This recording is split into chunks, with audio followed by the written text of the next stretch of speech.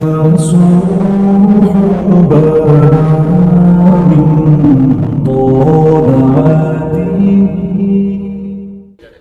سیدنا فاروق اعظم کی بات کرتا ہوں۔ ایسا نہیں کہ بندہ کچا ہے، نہ حضور نے فرمایا عمر کی زبان پر تو رب نے حق جاری فرما دیا۔ فاروق جو کہہ دیں اللہ اس کے مطابق قرآن نازل کر دیتا ہے۔ امام سیوطی نے ان آیات کی تفصیل لکھی ہے جو حضرت عمر کی رضا کے مطابق نازل ہو گئی، لیکن حضرت عمر کے سامنے ایک بی بی لائی گئی، اس نے زنا کیا، سیاستہ میں روایت، حضرت فاروق اعظم نے حد جاری کر دی، فرمایا لے جاؤ اسے سنسار کرو یا کوڑے مارو۔ صحابہ لے کے جا رہے ہیں، مولا علی شیر خدا آ گئے، کہاں لے کے جا رہے ہو؟ حضور اس پر حضرت عمر نے حد لگائی ہے، فرمایا عمر کو تم نے بتایا تھا کہ یہ تو بیچاری دیوانی ہے، یہ تو ذہنی طور پر کمزور ہے، یہ تو مجذوب ہے، اسے تو پتہ ہی کوئی نہیں، یہ بتایا تھا؟ حضور نہیں، فرمایا عمر نے پوچھا تھا؟ حضور نہیں، فرمایا چلو واپس چلو، حق قبول کریں۔ حضرت مولا علی شیر خدا واپس لائے، فرمایا عمر فیصلہ کرتے ہو پوری بات کیوں نہیں پوچھتے؟ آپ نے کہا لی کیا ہوا؟ فرمایا تم نے اس عورت پہ حد لگائی، حضور لگائی، فرمایا تمہیں پتہ ہے یہ مجذوب ہے، دیوانی ہے، مرفوع القلم ہے، اس پر حد نہیں لگتی؟ عرض کی کہ حضرت عمر فاروق فرمانے لگے مجھے تو پتہ ہی نہیں، تو آپ فرمانے لگے پہلے پتہ کیا کرنا پھر معاملہ طے کیا کر۔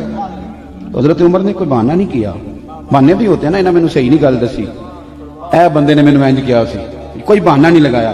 عمر نیچے اترے اور سجدے میں گر گئے، یا اللہ عمر کو معاف کر دے، یا اللہ عمر کو معاف کر دے۔ اور پھر چمکتے ہوئے جملے سیدنا فاروق اعظم کے فرمانے لگے لوگو آج اگر علی نہ ہوتا تو عمر ہلاک ہو جاتا، آج اگر علی نہ ہوتا تو عمر ہلاک ہو جاتا۔ بات کو سمجھیں، آپ قبول کریں، اگر آپ تک شکر کریں، حق اگر کسی تک آ گیا حق کو مانیں اور ڈٹنا سیکھیں اور حق بات کہنا سیکھیں۔ حضرت عمر فاروق رضی اللہ تعالیٰ عنہ کے زمانے میں بھی کچھ معاملات ایسے ہوئے۔ امام غزالی نے لکھا ہے کہ ایک نوجوان شراب چھپا کے نا اپنی چادر کی اوٹ میں تو حضرت عمر کے سامنے سے گزر رہا تھا، شراب چھپا کے۔ میں اکثر کہتا ہوں کہ آج بھی کوئی منع کرنے والا ہو تو لوگ منع ہونے کو تیار تو ہیں، پر ہم منع کرنے کو تیار نہیں ہوتے۔ اگر ہمارے کہنے پہ بڑی بڑی محفلیں ہو سکتی ہیں تو ہمارے کہنے پہ داڑھی بھی پوری ہو ہی سکتی ہے، لیکن ہم کہتے ہی نہیں، مزاج ہی نہیں، اس طرف لاتے ہی نہیں۔ ہمارے کہنے پر اگر بڑے بڑے چندے لوگ دے دیتے ہیں تو امید ہے نمازی بھی ہو ہی جائیں گے۔ توجہ دلانے کی حضرت عمر کے زمانے میں بھی یہ مسئلہ ہوا۔ میری باتوں کی سمجھ آ رہی ہے سارے دوستوں؟ ایک نوجوان جا رہا ہے، شراب چھپائے تو سیدنا فاروق اعظم نے تلوار نکال لی ہوئی، یہ کیا ہے، کدھر جا رہے ہو؟ تو کہنے لگا حضور وہ نا سرکہ ہے میرے پاس، اور اندر دعائیں مانگ رہا ہے، یا اللہ آج عمر سے بچا لے، آج کے بعد شراب نہیں پیوں گا۔ اندر دعائیں مانگ رہا ہے، اللہ عمر سے بچا لے، آج کے بعد شراب۔ حضور سرکہ ہے، سرکہ۔ حضرت عمر کہنے لگے کھولنا ذرا، چادر کھولی تو بوتل میں واقعی سرکہ نکل آیا۔ وہ الحمدللہ الحمدللہ پکار کے چلنے لگا۔ ایک روایت میں نے ایسی بھی پڑھی کہ جب وہ جا رہا تھا تو حضرت عمر نے آواز دی، فرمانے لگے عمر سے ڈر کے توبہ کیا تو شراب کا سرکہ بنا ہے، اگر تو رب سے ڈر کے توبہ کرتا تو اللہ نے اس کو شہد بنا دینا تھا اور تیرے کام آ جاتا۔ کوئی ہونا تو چاہیے نا منع کرنے والا۔ اور ایک بات اور آپ سے عرض کروں، جب آپ تک حق آ جائے تو اسے قبول بھی کریں، حق آ جائے تو اسے۔ حضرت عمر کا زمانہ تھا، مصر فتح ہو گیا، حضرت عمر بن عاص گورنر بنے۔ رواج یہ تھا مصر کے اندر کہ ایک دریا چلتا تھا، دریائے نیل، اور سارے مصر کا انحصار اسی دریا پہ تھا۔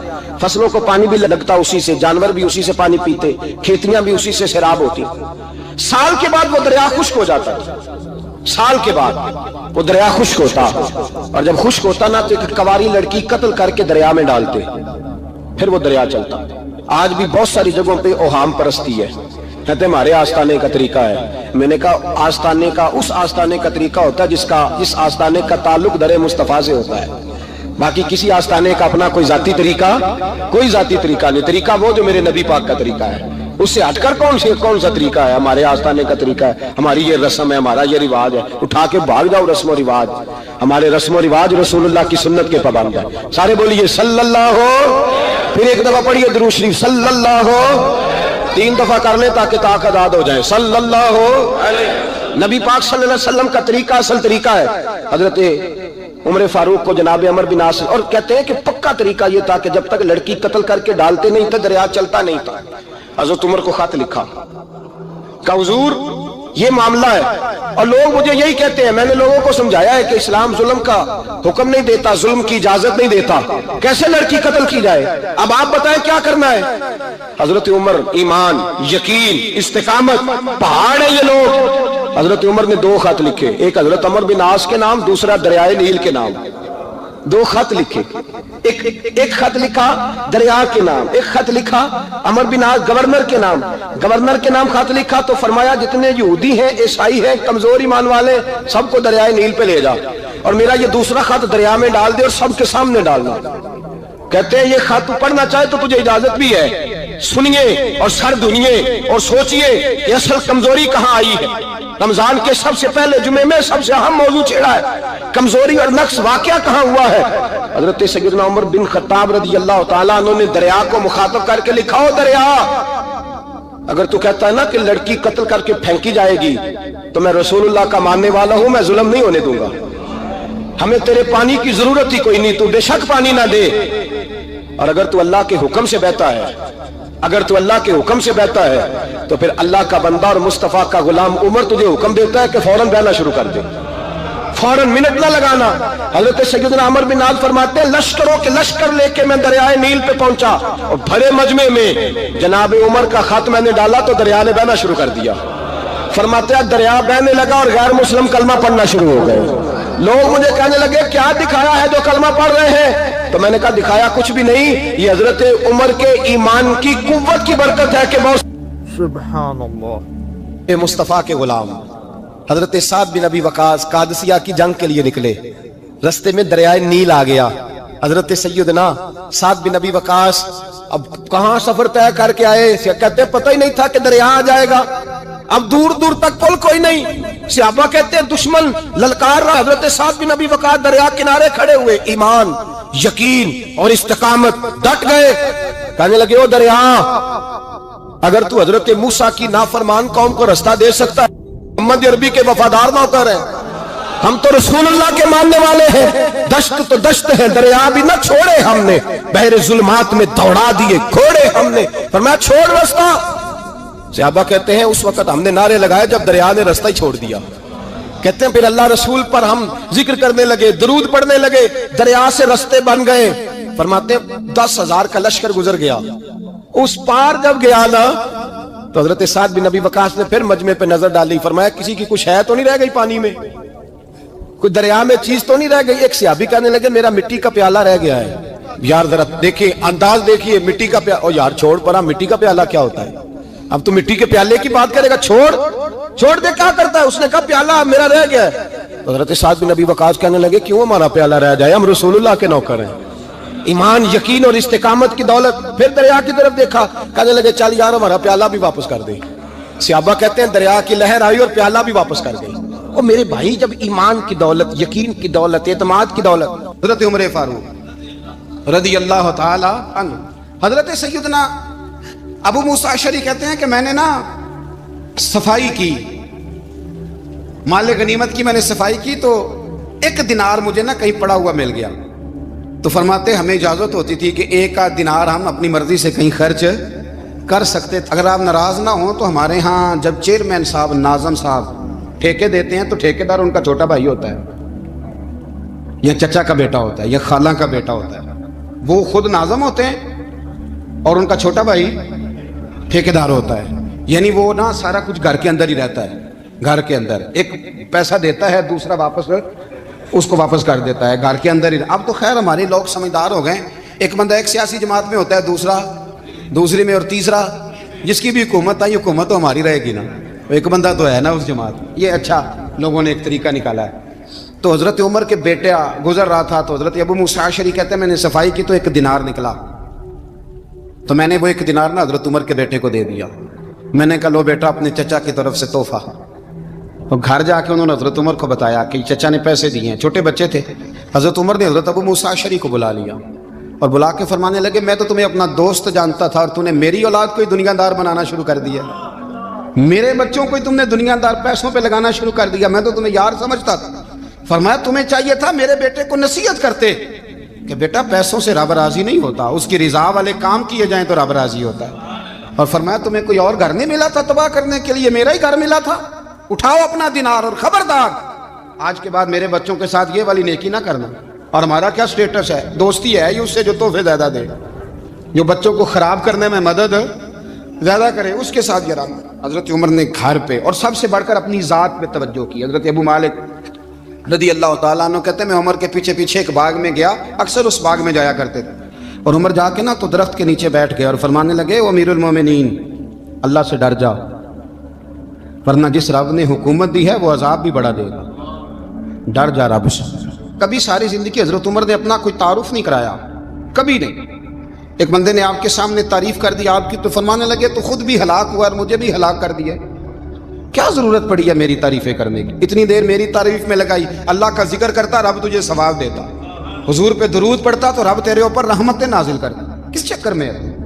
آج جتنا اچھی کوئی خوشامد کرے اتنی اچھی وزارت ملتی ہے, جتنی اچھی اس کو جو ہے وہ چاپلوسی کرنی آیا درجہ بھی اسے اتنا ہی اچھا ملتا ہے. حضرت عمر فاروق رضی اللہ تعالیٰ عنہ آپ کے بیٹے کہتے ہیں, صاحب فتوح الشام نے لکھا ہے, آپ کے صاحبزادے کہتے ہیں میں نکلا تو میرے ابا جی نا اپنی پشت پر مشکیزہ رکھ کے کنویں سے پانی بھر کے آ رہے تھے. میں دوڑ کے آگے گیا, میں نے کہا ابا جی مجھے دے دے. فرمانے لگے بیٹا تیرا کیا خیال ہے, کوئی اور نہیں تھا مشکیزہ بھر کے لانے کے لیے, تیرا کیا خیال ہے؟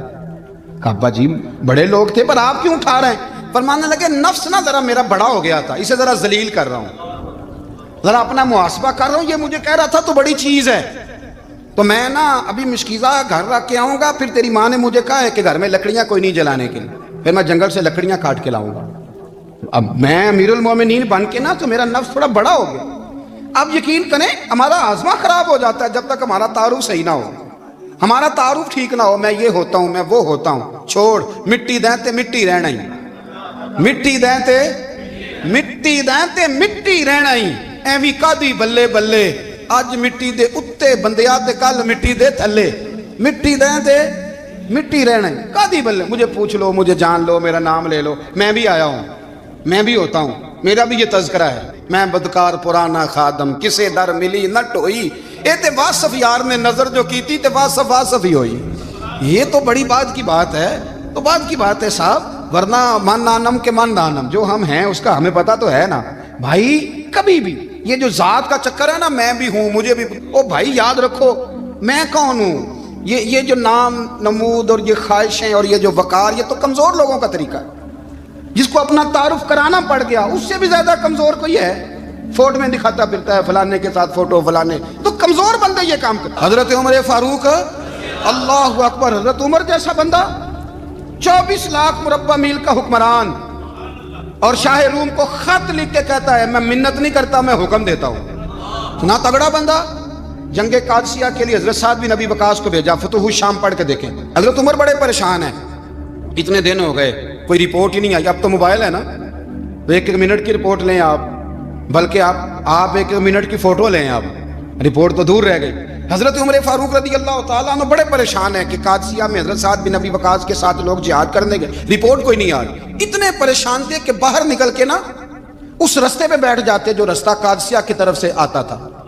اس جو بھی آتا جاتا پوچھتے جنگ کے کیا حالات ہیں. ادھر جب اللہ نے فتح دے دی نا تو حضرت سعد بن ابی وقاص رضی اللہ تعالیٰ عنہ نے نا ایک قاصد کو خط دے کے بھیجا, کہنے لگے عمر کے پاس جاؤ, انہیں اطلاع دو کہ الحمدللہ اللہ نے اسلام کو فتح عطا کر دی. یہ حضرت عمر کو جا کے دینا. وہ بڑے پریشان ہوں گے. وہ جو اس زمانے میں اس طرح ہوتا تھا کہ کئی دور دور سے صحابہ جو دوسرے شہروں کے ملکوں کے رہنے والے ہوتے تھے وہ بھی آ کے شامل ہو جاتے تھے جہاد میں. کوئی ایک دفعہ مدینے آیا, کوئی 2 دفعہ آیا, پھر اپنے اپنے علاقوں میں. بہت سارے لوگوں نے زیادہ دفعہ حضرت عمر کو دیکھا بھی نہیں تھا. وہ جو قاصد خط لے کے آیا تھا نا اس نے 1 دفعہ دیکھا تھا, حضرت عمر بوڑھے ہو گئے, وہ پہچانتا نہیں تھا. میری بات کی سمجھ آ رہی ہے آپ حضرات کو؟ ادھر سے وہ خط لے کے آ گیا. حضرت عمر مدینے سے باہر نکل کے اس روڈ پہ بیٹھے تھے جو قادسیہ سے آتا تھا. جب اس آدمی کو آتے دیکھا تو حضرت عمر اٹھ کے کھڑے ہو گئے, فرمانے لگے قادسیہ سے آ رہے ہو؟ وہ کیا کہتا ہے, پھٹے پرانے کپڑے, ٹوٹے ہوئے جوتے, سر پہ پرانی پگڑی. کہنے لگے غلام مدینے کے رہنے والے ہو؟ حضرت عمر کہنے لگے ہاں مدینے کا ہوں. کہا میں قادسیہ سے آیا ہوں, الحمدللہ اللہ نے اسلام کو فتح دے دی ہے, الحمدللہ کفر کی کمر ٹوٹ گئی ہے. اس نے یہ بات کر کے تو گھوڑے کو ایڑی لگائی, گھوڑا دوڑنے لگا مدینے کے. حضرت عمر بھی ساتھ ساتھ دوڑ رہے. فرمانے لگے اچھا بتاؤ خالد بن ولید کا کیا حال ہے؟ تھوڑا آگے جا کے فرمانے لگے اسامہ بن زید کیسے ہے؟ وہ کہتے ہیں ٹھیک ہے. پھر اس نے اور گھوڑا, عمر ساتھ ساتھ دوڑ رہے ہیں, ساتھ ساتھ 24 لاکھ مربع میل کا حکمران, ایک جوتا پیر سے نکل گیا, عمر دوڑ رہے ہیں. آگے جا کے پوچھتے ہیں سعد بن ابی وقاص کا کیا حال ہے؟ کہ حضور وہ بھی ٹھیک ہے. کتنے لوگ میرے شہید ہو گئے مسلمانوں میں سے؟ کہنے لگا صحیح گنتی کا نہیں پتا, یہ لفظ ادا ہوتے ہوتے مدینے کی سرحد آ گئی. لوگوں نے عمر کو گھوڑے کے ساتھ دوڑتے دیکھا تو کہا امیر المومنین کیوں دوڑ رہے ہیں؟ وہ غلام چھلانگ لگا کے نیچے آیا, قدموں میں بیٹھ گیا. کہنے لگا حضور آپ نے بتایا ہی نہیں آپ امیر المومنین ہیں. آپ فرمانے لگے کیا بتاتا, میں تو اونٹ چرانے والے کا پتر ہوں, کیا بتاتا؟ وہ عمر ہوں جس نے اپنے گناہوں کا حساب دینا ہے, کیا بتاتا؟ جو سعد بن ابی وقاص کو جہاد پہ بھیج کے خود بزدلوں کی طرح گھر میں بیٹھا ہے, کیا بتاتا؟ کوئی حیثیت نہیں, کوئی تار. تو نے اچھا کیا, تو مجاہد تھا, مجھے ساتھ ساتھ دوڑایا, تو نے اچھا کیا. جتنے لوگ تھے چیخے مار کے رونے لگے. حضرت فاروق اعظم سے کہنے لگے عمر جب تک تیرے جلوے رہیں گے اللہ کامیابیاں ہی عطا فرمائے گا, جب تک تیرا رنگ رہے گا اللہ تعالیٰ نوازتا ہی رہے گا. کچھ نہیں, کبھی اپنا آپ ظاہر ہی نہیں کیا. بہت بڑے تھے, بہت بڑے تھے حضرت عمر, بڑے تھے, لیکن ساری زندگی اپنے محاذ. حضرت ابو رافع غلام تھے, قرآن پاک بڑا سونا پڑھتے تھے. حضرت عمر جب بھی انہیں ملتے کہتے ابو رافع تو عمر سے اچھا ہے, قرآن بڑا شاندار پڑھتا ہے. تو وہ کہتے حضور اگر میں قرآن صحیح پڑھتا ہوں تو آپ کو قرآن کی تشریح زیادہ صحیح آتی, آپ بھی تو مجھ سے افضل ہیں. تو آپ فرماتے نہیں, پھر بھی تو مجھ سے افضل ہے. کیوں؟ اس لیے کہ تو اپنے غلام اپنے آقا کی نوکری بھی ٹھیک کرتا ہے اور رب کی عبادت بھی ٹھیک کرتا ہے, اور مجھے خالی صرف عبادت کرنی ہوتی ہے وہ بھی ٹھیک نہیں کر پاتا. ساری زندگی اپنا محاسبہ, ساری زندگی اپنے گریبان میں دیکھا, ساری زندگی اپنے آپ کو پرکھا, اپنے آپ کو ٹٹولا. 62 سال عمر بیت گئی. حضرت حذیفہ بن یمان ایک صحابی تھے, میرے نبی کریم علیہ السلام نا ان سے راز کی باتیں کرتے تھے. ہر بندے کا ہاضمہ ٹھیک نہیں ہوتا, سب سے راز کی بات نہیں کرنی چاہیے. حضرت حذیفہ بن یمان کہتے ہیں حضور راز کی باتیں بتاتے. مدینہ منورہ میں جو منافقین تھے ان کی لسٹ بھی نبی پاک نے حضرت حذیفہ بن یمان کو دی تھی. جب کوئی مشکوک آدمی مر جاتا نا تو صحابہ کہتے ہیں ہم دیکھتے اگر حضرت حذیفہ نے جنازہ پڑھا ہے تو ہم بھی جنازہ پڑھ لیتے. نبی پاک نے بھی کچھ جنازے نہیں پڑھے, ترمذی میں ہے, فرمایا عثمان سے جو بغض رکھے اس کا جنازہ نہیں پڑھیں گے. حضرت حذیفہ بن یمان اگر جنازہ پڑھتے تو لوگ پڑھتے, وہ نہ پڑھتے تو لوگ جنازہ نہ پڑھتے. حضرت حذیفہ بن یمان کہتے ہیں جناب عمر فاروق کی خلافت کے آخری ایام تھے, کچھ دنوں کے بعد وہ شہید ہو گئے. فرماتے آدھی رات کا وقت تھا, میں گھر میں سویا تھا بڑا بے فکر, اچانک میرے دروازے پہ دستک ہوئی, میں گھبرا کے اٹھا, اتنی رات کو کون آیا؟ کہتے ہیں قربان جاؤں, دروازے پہ گیا تو امیر المومنین فاروق اعظم دروازے پہ. میں نے کہا عمر کوئی حکم تھا تو مجھے بلا لیتے. کہنے لگے میں نا امیر بن کے نہیں آیا, تیرا ویر بن کے آیا ہوں. امیر المومنین کی حیثیت سے سرکاری کام سے بلاتا تو وہاں بلاتا, مجھے ایک ذاتی کام پڑ گیا. کہتے ہیں میں نے عمر کو گھر کی اندر بلا کے چارپائی پہ بٹھایا. میں نے کہا حضور میں غریب آدمی, میں کیا آپ کے کام آ سکتا ہوں؟ تو کہتے ہیں انہوں نے نا مجھے ساتھ بٹھا لیا, پھر میرا ہاتھ پکڑ لیا. کہنے لگے تو عمر کو جانتا ہے؟ عمر جھوٹ نہیں بولتا. تو جانتا ہے عمر وعدوں کا پکا ہے؟ کہا حضور جانتا ہوں. کہا میں اس وقت آیا ہوں جب دیکھ بھی کوئی نہیں رہا. حضرت حذیفہ بن یمان کہتے ہیں پریشان ہو گیا, حضور پہلیاں نہ بجھوائے, مہربانی کریں بتائیں کدھر آئے ہیں.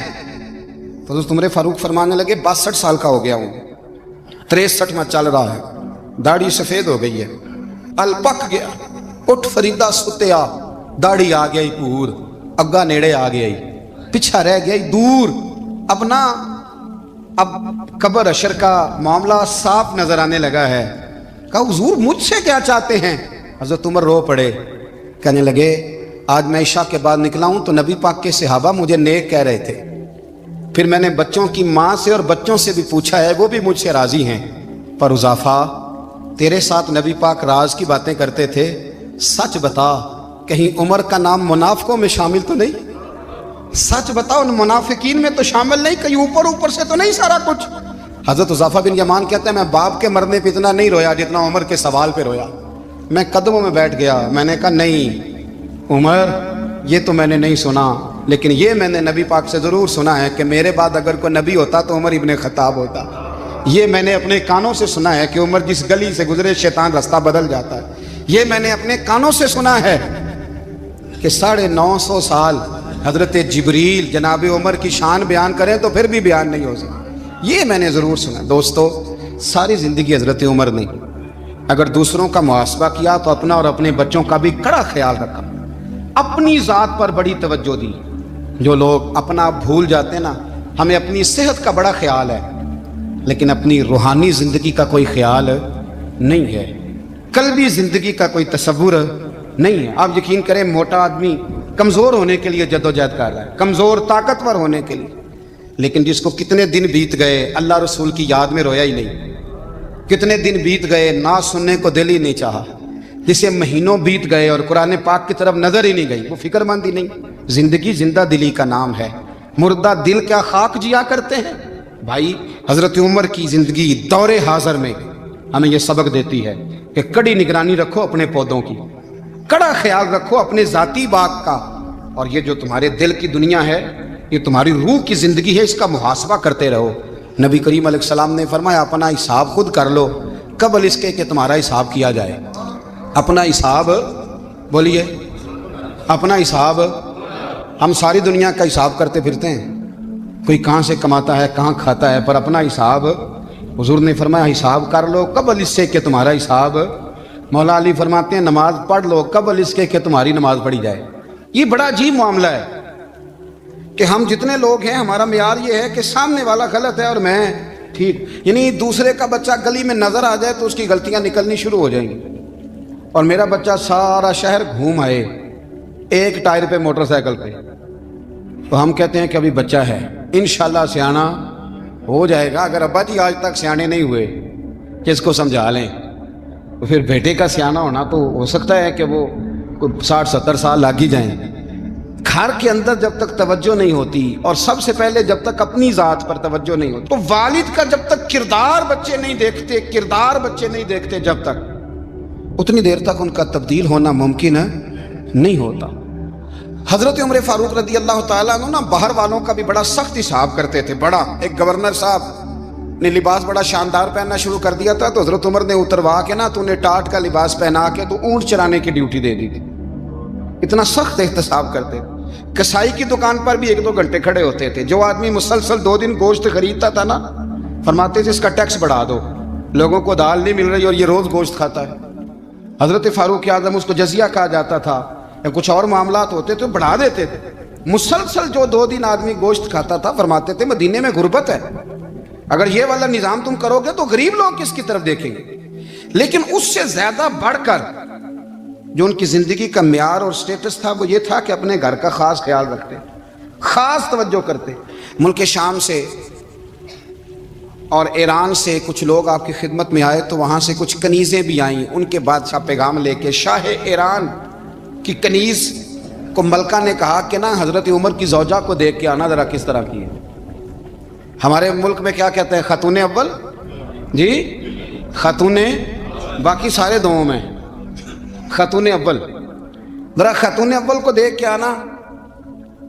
تو وہ جب آئی نا گھر میں ملنے، تو کہا کہ مجھے میری ملکہ نے کہا تھا کہ عمر کی زوجہ سے، اہلیہ سے ملاقات کر کے آنا۔ تو حضرت عمر کی اہلیہ نے نا ایک جوڑا کپڑوں کا دے دیا ملکہ کے لیے، اور ایک خوشبو کی شیشی دے دی۔ اب جب وہ تحفے وہاں گئے تو اس ملکہ نے نا کچھ سونے کا سامان بھیجا، کچھ زیورات بھیجے، کچھ تحائف بھیجے۔ جب حضرت عمر کے گھر آئے نا، وہ خادم لے کے آیا، اس نے کہا جی آپ کی اہلیہ نے تحفے بھیجے تھے، تو جواب میں شاہ ایران کی بیوی نے، یہاں جس ملک کا وہ سفیر تھا، انہوں نے بھی یہ بھیجے۔ تو حضرت عمر فاروق نا وہ تحفے لے کے گھر گئے، تو جا کے کہنے لگے اپنی اہلیہ سے، یہ تو کب سے تحفے تحائف بھیجنے لگ گئی ہے، یہ کب سے نظام شروع ہو گیا؟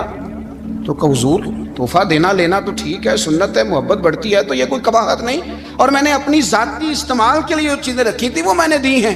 تو حضرت عمر فاروق رضی اللہ تعالیٰ عنہ فرمانے لگے ہم نے کسی ملک کے ساتھ اور اس کے بادشاہ کے ساتھ ذاتی تعلق نہیں بنانا، تعلق جو بھی بنے گا رسول اللہ کے دین کی برکت سے بنے گا، ذاتی رشتے نہیں ہم نے قائم کرنے۔ ذاتی آپ کے ملک کی جو ایئر لائن جس کا ہر سال خسارے کا ڈنڈورا پیٹا جاتا ہے نا، وہ ہمارے بادشاہ صاحب اور صدر صاحب اگر غیر ملکیوں کو گھوڑا کبھی بھیجنا ہو نا، گھوڑا، تو پورا ایک جہاز گھوڑا لے کے تحفے میں جاتا ہے، پورا جہاز غریب قوم کا یہ سرمایہ، اور قوم بڑی بادشاہ ہے، لائنوں میں لگ کے ووٹ دیتی ہے۔ 2 کام ہمیشہ لائن میں لگ کے کرنے، ایک بل لائن میں لگ کے جمع کرانا ہے، اور ایک ووٹ لائن میں لگ کے، تاکہ پھر پورے 5 سال لائن میں ہی لگے رہیں۔ مرضی سے آپ ووٹ دینا، پر جو بات درست ہے اس کو سنو۔ حضرت عمر فاروق رضی اللہ تعالیٰ عنہ نے اپنی اہلیہ سے پوچھا کتنے کا تھا وہ تیرا جوڑا اور خوشبو کی شیشی؟ انہوں نے کہا 3 دینار کی۔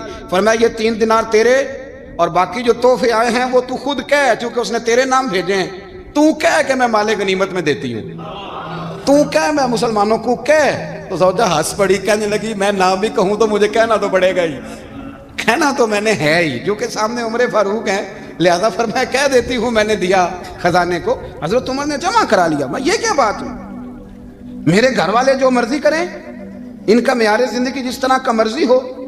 اور حضرت عمر ایک جملہ کہا کرتے تھے، اللہ کرے کہ یہ باتیں اس دور حاضر میں ہماری سمجھ میں آئیں۔ حضرت عمر فاروق رضی اللہ تعالیٰ عنہ اپنے بچوں کو فرمایا کرتے تھے کہ بہت آدمی کو بھوک لگی ہو نا، اور پھر اس کی پسند کا کھانا پکا ہو تو اتنے شوق سے وہ اس کھانے کو دیکھتا ہے نا، فرمایا اس طرح پوری قوم اپنے بادشاہوں کے خاندان کو دیکھتی ہے، اس تیزی کے ساتھ دیکھتے ہیں کہ ان کے گھر میں کیا ہو رہا ہے، ان کا معیار زندگی کیا ہے، ان کا سٹیٹس کیا ہے۔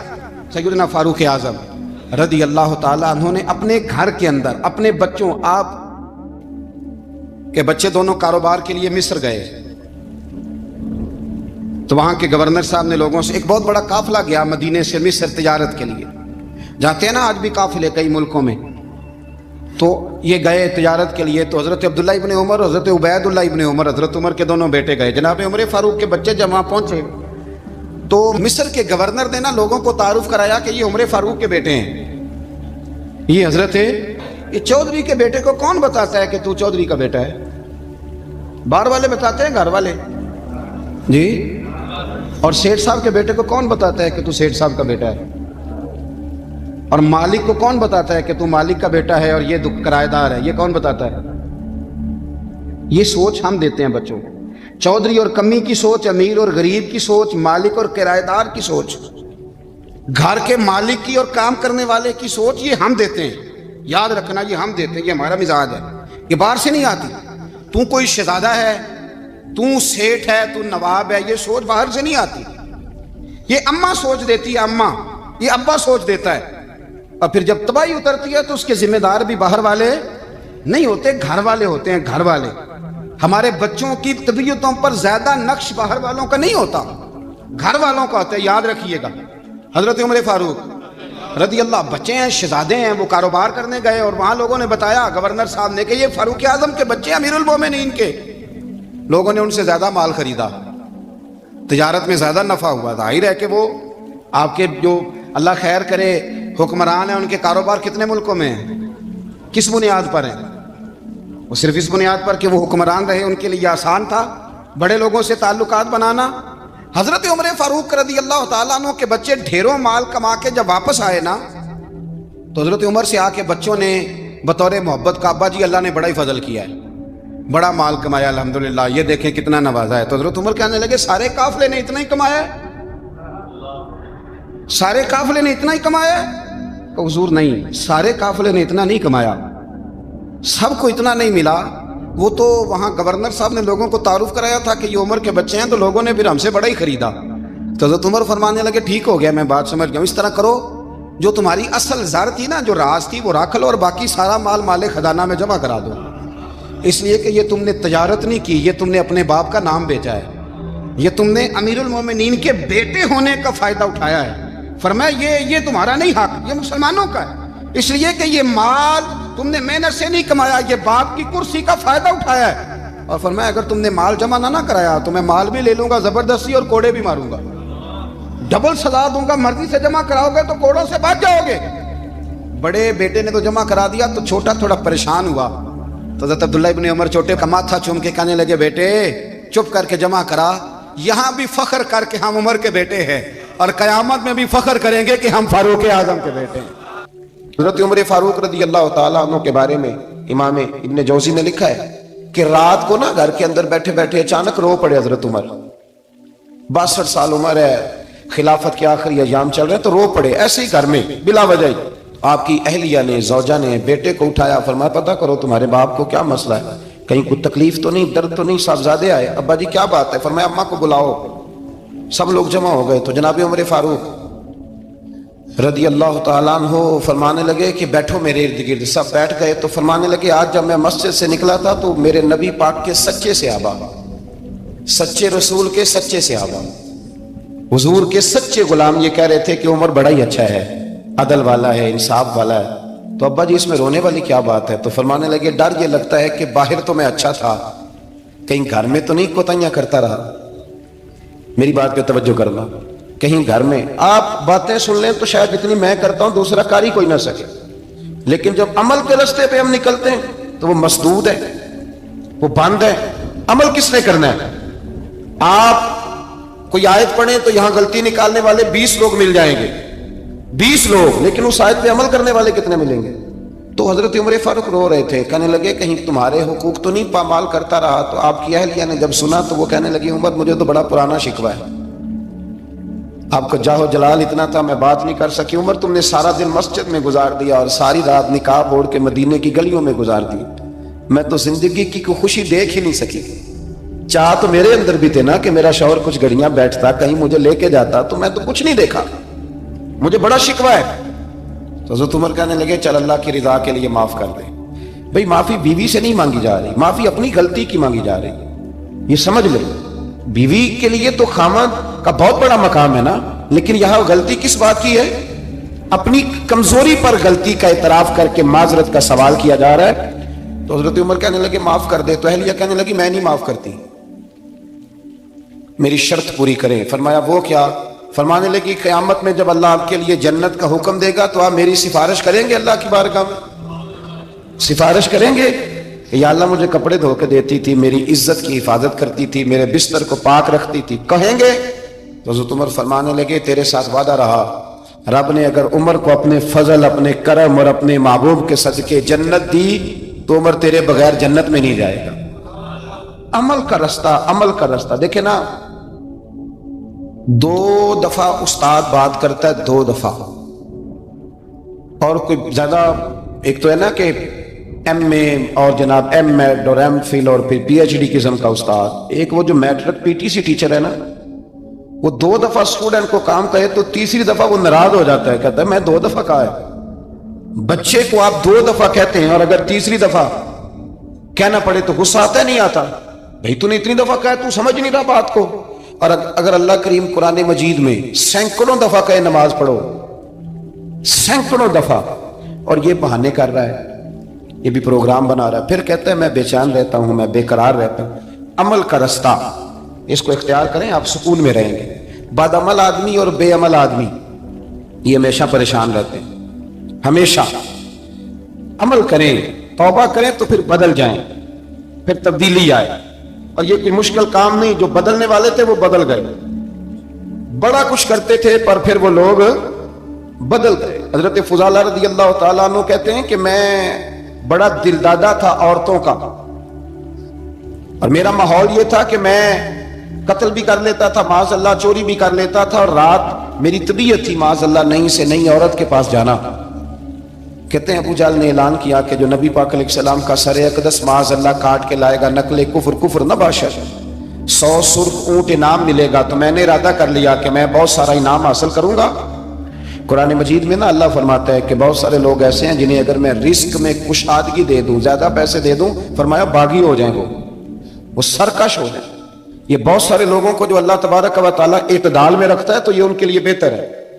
ہر بندہ دولت کے ہوتے ہوئے نیک ہو سکتا، تو یہ اللہ اگر رکھتا ہے نا اعتدال میں تو شکر کرے اللہ کا، ورنہ تو لوگ عیاشیاں کریں، پتہ نہیں کیا کچھ کر گزرے. تو حضرت فضالہ کہتے ہیں کہ میں نے خنجر تیار کیا اور میں نے بغل میں اس کو چھپایا، اوپر میں نے چادر اوڑھ لی. اب مجھے پتا تھا ظہر کی نماز کے بعد نبی پاک صلی اللہ علیہ وسلم طواف کعبہ کے لیے، بیت اللہ شریف کے طواف کے لیے جاتے ہیں. کہتے میں بھی اس طرف بڑھا. رستے میں نا وہ خاتون جس کے گھر میں نے رات آنا تھا، میں نے دروازے پہ دستک دی. میں نے کہا کہ تیار رہنا، تیار رہنا، آج میں بڑے پیسے لے کے آؤں گا. اس سے میں نے یہ کہا اور پھر میں چلا گیا بیت اللہ شریف کا طواف کرنے. کہتے ہیں اللہ کے محبوب بھی طواف کر رہے تھے تو میں نے بھی طواف شروع کر دیا. ارادہ یہ تھا کہ جہاں نبی پاک علیہ السلام میرے قریب سے گزریں گے تو موقع پا کر میں حضور کے جسم اقدس پر خنجر کھونپ دوں گا اور معاذ اللہ شہید کر دوں گا. کہتے ہیں حضور ایک دفعہ بھی میرے پاس سے گزرے تو میں ہمت نہ کر سکا، دوسری دفعہ بھی پاس سے گزرے تو میں ہمت نہ کر سکا، تیسری دفعہ بھی گزرے تو میں ہمت، نبی کریم صلی اللہ علیہ وسلم 2-3 دفعہ گزرے تو فرماتے ہیں کہ مجھے موقع نہ ملا، اس لیے کہ حضور فرماتے ہیں اللہ نے روب کے ساتھ میری مدد فرمائی، دشمن پر میرا روب طاری ہو جاتا۔ فرماتے ہیں جب چکر پورے ہو گئے تو محبوب کریم نہ چھٹے چکر پہ فرمانے لگے فضالہ چکر ایک رہ گیا ہے، بے خبر ہو جو غلاموں سے واقع کیا ہے، ایک پھیرا رہ گیا ہے۔ کہتے طواف مکمل ہو گیا تو محبوب میرے قریب آئے، فرمایا وہ کام کرتے کیوں نہیں جس کے لیے آئے تھے؟ میں نے عرض کی یا رسول اللہ کون سا کام، کیسا کام؟ اندر تو چور تھا نا، بانج فقیروں کسے نہیں ماریا، اے ہوئی چور اندر دا، اندر چور تھا نا۔ کہتے ہیں حضور نے مجھے کندھے سے پکڑ کے ہلایا، فرمایا کرتے کیوں نہیں؟ جب حضور نے ہلایا تو وہ خنجر بھی پیروں میں گرا اور میں بھی رسول اللہ کے پیروں میں گر گیا۔ میں نے کہا حضور مجھے کلمہ پڑھا دیں۔ کہتے ہیں حضور نے پہلے میرے دل پہ دست مبارک پھیرا، پھر میرے نبی نے مجھے کلمہ پڑھا دیا۔ اب نا مرید ہونے والا کہتا ہے کہ جی آہستہ آہستہ میں ٹھیک ہو جاؤں گا۔ اب وہ آہستہ آہستہ کا کیا ترجمہ ہے یہ بالکل سمجھ نہیں آتی۔ بھئی کسی بندے سے 5 لاکھ روپیہ لینا ہے تو اس سے وہ کہتا ہے جی میں آہستہ آہستہ دوں گا، 500 روپیہ دے دیا کروں گا روز کا، تو کہتے ہیں میری رقم خراب ہوتی ہے، پورے دو۔